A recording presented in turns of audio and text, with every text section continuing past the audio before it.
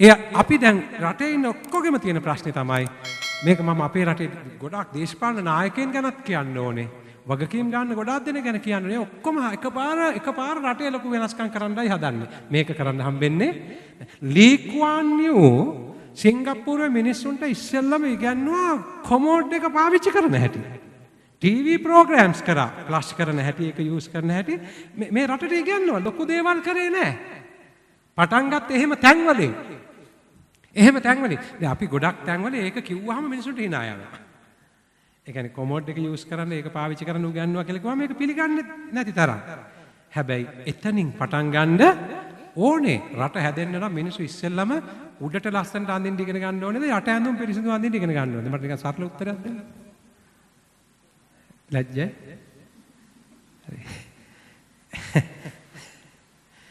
රට හදන්න නම් ඉස්සෙල්ලම තමුන් අඳින යට ඇඳුම තමුන්ට සන්තෝෂ වෙන විදිහට අඳින්න ඉගෙන ගන්න ඕනේ. තමුන්ගේ පිරිසිදුකම නේ තමුන්ගේ ආත්ම විශ්වාසය ඇති වෙන්න නම් තමුන් ඒක තමුන් ගැන විශ්වාසය ඇති කරගන්න ඕනේ.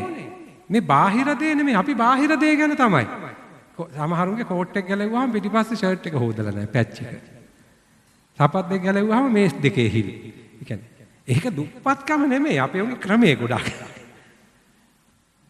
ඒ හිල් නම් ඒකත් කමන්නේ නැහැ කිව්ව සපත් දෙක ගැලෙව්වම සමහර තැන්වල ඉන්න බෑ අනිත් අයට.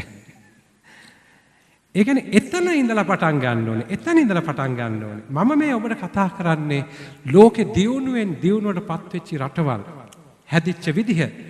දැන් අපි එකපාර ලොකු දේවල් අල්ලන්න යනවා. මේවා අමතක කරලා නියපොතු ටික කපා ගන්න. දත් ටික හරියට මදින්න. රැවුල කපන්න, කොණ්ඩේ පීරන්න. අනිත් එකාට මාව දැක්කහම හෙන ගහපු පිට්ටනියක් වගේ පේන්නේ නැතුව ඉන්නේ. සරලවම. ඔය ටිකයි කරන්නේ.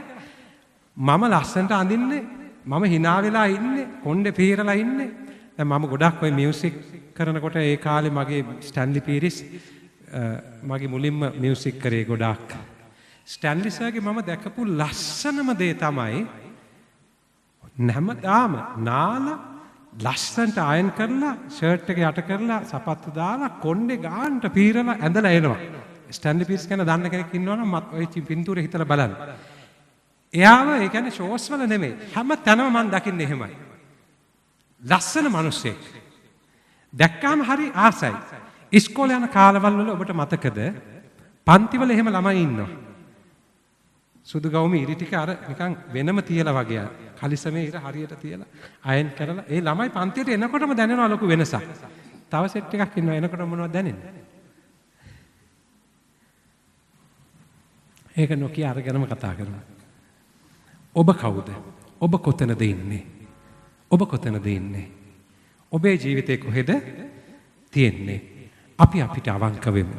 අද මේ දවස අපි මේ ගත කරන පුංචි වෙලාව ඔබ දන්නවද මුළු දකුණු පළාත් සභාව වෙනස් කරලා අනාගතයේ කිසිම දවසක වෙන කිසිම කෙනෙකුට මේක ගැන විරුද්ධව හිතන්නවත් බැරි තැනකට ගේන්න මේ පැය 3ේදී අපිට හරියට තීරණයක් ගන්න පුළුවන් කියලා මම කිව්වොත් මම ඒක මේ මගේ පැය 3ක් හින්දා නෙමෙයි කියන්නේ. අද අපේ තියෙන මූලික ප්‍රශ්නේ හිතන්න නැතිකම. හිතුවොත් අදිෂ්ඨාන කරොත් කරන්න බැරි දෙයක් නෑ. සියලු ශක්තිය තියෙන්නේ කොහෙද? එපා ප්‍රතිපාදන ගැන කතා කරන්න. එපා නැති දේවල් ගැන කතා කරන්න එපා. යාපනයේට ගිය අවුරුද්දේ පාස් කරපු ප්‍රතිපාදන වලින් එක සතයක් වියදම් කරන ආපහු මහ භාණ්ඩාගාරයට එකතු වුණා. ඔබ ඒක දන්නවද? සල්ලි පාස් කරා. ඒ සල්ලි කිසිම වැඩක් මිනිස්සුන්ට නොකර ආයි මහ භාණ්ඩාගාරයට ආවා. ඒ නිසා සල්ලි තිබුණාට වඩා නැහැ. මේ මිනිස්සු ටික හැදෙන්න ඕනේ. ඒ නිසා මට තේරිච්ච විදිහට මායක මේ කතා කරපු බොහෝ දෙනෙක් ඔබේ මහමැතිතුමාට ගොඩක් ආදරය කරනවා. එතුමා ගැන මුළු රටේ ගොඩක් අය කතා කරනවා. මං ඉන්න නිසා නෙමෙයි කියන්නේ. අපිට ඇහෙන දේ අපි ඇත්ත කියන්න ඕනේ. ගොඩක් ආදරය කරන කෙනෙක් මිනිස්සු. ඒ කියන්නේ පළවෙනි සාධකය අපිට බොහොම ඉහළින් තියෙනවා. ඔබ එකට එක්කහුව වෙලා සම්පූර්ණ මගේ වගකීම හැටියට බාරගත්තොත් මට මෙතන බොහෝ දෙයක් කරන්න පුළුවන්. ප්‍රතිපාදන ගැන හිතන්න එපා. ආණ්ඩුවෙන් කරන්න ඕන දේවල් ගැන හිතන්න එපා. ඔබ දරාගෙන ඉන්න තනතුරේ ඔබ වාඩි වෙලා ඉන්න පුටුවේ ඉඳගෙන ඔබට කරන්න පුළුවන් උපරිම දේ මොකක්ද කියලා අද ඉඳලා හොයන්න බලන්න ඕනේ. කැමතිද? අකමැති වුණාට ඉතින් මට කමක් නැහැ. හැබැයි කැමති වුණොත් මාර වැඩක් වෙන්න යනවා. පුදුම වෙනසක්. මම මේ අදහස් කරන්නේ ඔබෙන් කිසි දෙයක් වෙන්නේ නැහැ කියලා නෙමෙයි. ඔබෙන් කිසි දෙයක් වෙනවා කියලාත් මට කියන්න බෑනේ. මම දන්නේ නැහැ. මම කියන්න හදන්නේ විය යුතු දේ ගැන. එතකොට ඔබට හැඟුණොතින් මට මීට වඩා විශිෂ්ට තැනකට යන්න පුළුවන් කියලා ඔබ එක එක්කෙනා තීරණය කළොතින් මේ දකුණු පළාත් සභාව මුළු රටට කතා කරන බලගත් තැනක් බවට පත් වෙයි. අපිට පුරුද්දක් තියෙනවා. අර ප්‍රාදේශීය සභාව අර කණ්ඩායම හැදුවනේ මෙහෙම. අපි කොහෙද උන් වගේ කරන්නේ? මේකත් උන්ටමයි දෙන්න ඕනේ. අපි එහෙම තමයි අපි හිතන්නේ. ඒ තොපිට මොකද වෙලා තියෙන්නේ? උන්ටම දෙන්න හදන්නේ.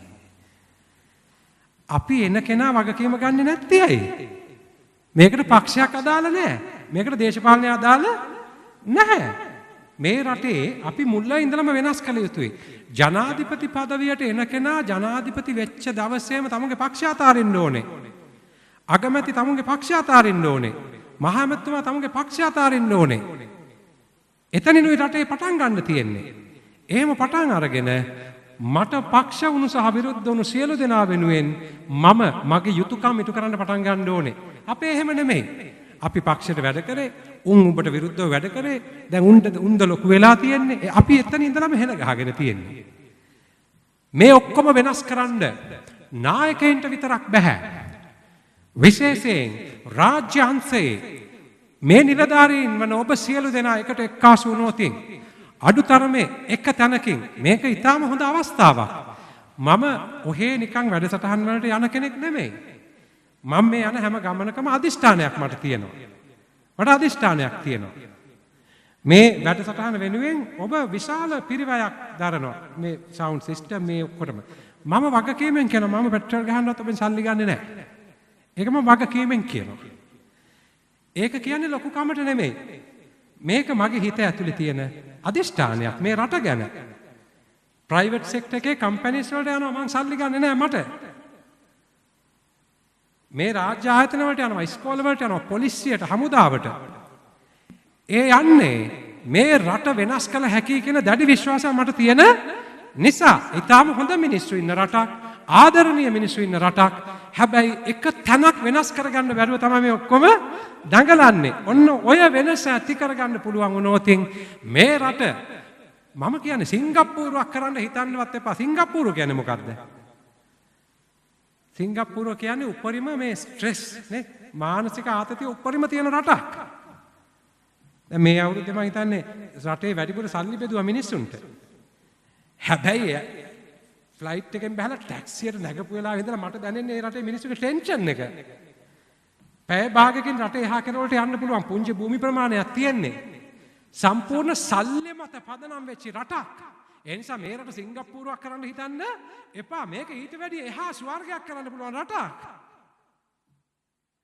ගංගා දියවැල් ගලා යන ලෙස ඉදිරිය බලා බාධක හැම බිඳ හෙලා යමු යමු පෙරමුණ බලා. බලන්න සිංගප්පූරුවට වඩා මේ රට ඇතුලේ තියෙන ශාස්ත්‍රීය බව දැන් මේ අපි තාම දියුණු කරලා නැතුව වනපෙත් හෙලිවේ රන්කෙත් සරුවේ කම්හල්ලි දිවේ මේ දෙරනේ ජන රජ දහනේ ජය දද හෙවනේ අප අද බොන්නේ ජය පානේ අලුයම හසේ පායන හිරුසේ පිපිති හඬවා ජය සංකා සෞසිරි සපුරා රන්කෙත් වපුරා සුරකිව් සමදා ශ්‍රී ලංකා. ගොවිය කොයිතරම් ලස්සනද? සිංගප්පූරුවේ තියෙනවද ඒ ලස්සන? නැහැ. සිංගප්පූරුවේ ලස්සන නැහැ. අපිට ඒක තියෙන. ඒ නිසා වැරදි ඉලක්ක හදාගන්න එපා. මේ රට සිංගප්පූරුවක් නෙමෙයි වෙන්න ඕනේ. ඊට වඩා ගොඩක් උඩට යන්න පුළුවන් රටක්. ඒක බොරුවක් නෙමෙයි. දේශීය වෙදකම, හෙළ වෙදකම, ආයුර්වේද වෛද්‍ය ක්‍රමය, අපේ ගොවිතැන, රට වටේ තියෙන මුහුද මේ සියලුම දේවල් දිහා බලද්දී ලෝකෙම එකතු වෙලා සම්බාධක පැනෙව්වත් ස්වාධීනව නැගිටින්න පුළුවන් රටක් මේක. ඒක ඔබ තේරුම් ගත යුතුයි. ඔබ තේරුම් ගත යුතුයි. මේ රටේ රාජ්‍ය අංශය බලවත්ව මේක තේරුම් අරගෙන ඔබ දැඩි අධිෂ්ඨානශීලී මිනිස් කොට්ටාශයක් බවට පත් වුණොතින් මේ රටේ පුදුම වෙනසක් සිද්ධ කරන්න පුළුවන්. මම අවංකව පිළිගන්නවා රාජ්‍ය අංශයේ වැඩිවීම සිද්ධ වෙන්න ඕනේ. මේ තියෙන තත්ත්වයට වඩා ඉතා විශාල වශයෙන් ඔබේ ආදායම් තත්ත්වය ඉහළ යන්න ඕනේ. ඒව බොහොම පැහැදිලි. හැබැයි මේ හැම දෙයක්ම දිහා අපි අඳුරෙන් බලනකම් මේක කරගන්න බෑ. අඳුරෙන් බලනකම් මේක කරගන්න බෑ. ඔබ හිත ඇතුලේ ඇතිවෙන අදිෂ්ඨානය තමයි ඔබේ හිත ඇතුලේ ඇතිවෙන ඉලක්කය තමයි ඒ තැනට ගමන් කරන්නේ. අපි කියපු ගමන් මොනවද කියන්නේ? අපෝ කවදද වෙන්නේ? අපි එතනින්මයි පටන් ගන්න. කිසිම දෙයක් අපි පිළිගන්නේ නැහැ සිද්ධ වෙන්න පුළුවන් කියලා. මම 8 වෙනි පන්තියට විතරයි ඉස්කෝලේ ගිහිල්ලා තියෙන්නේ.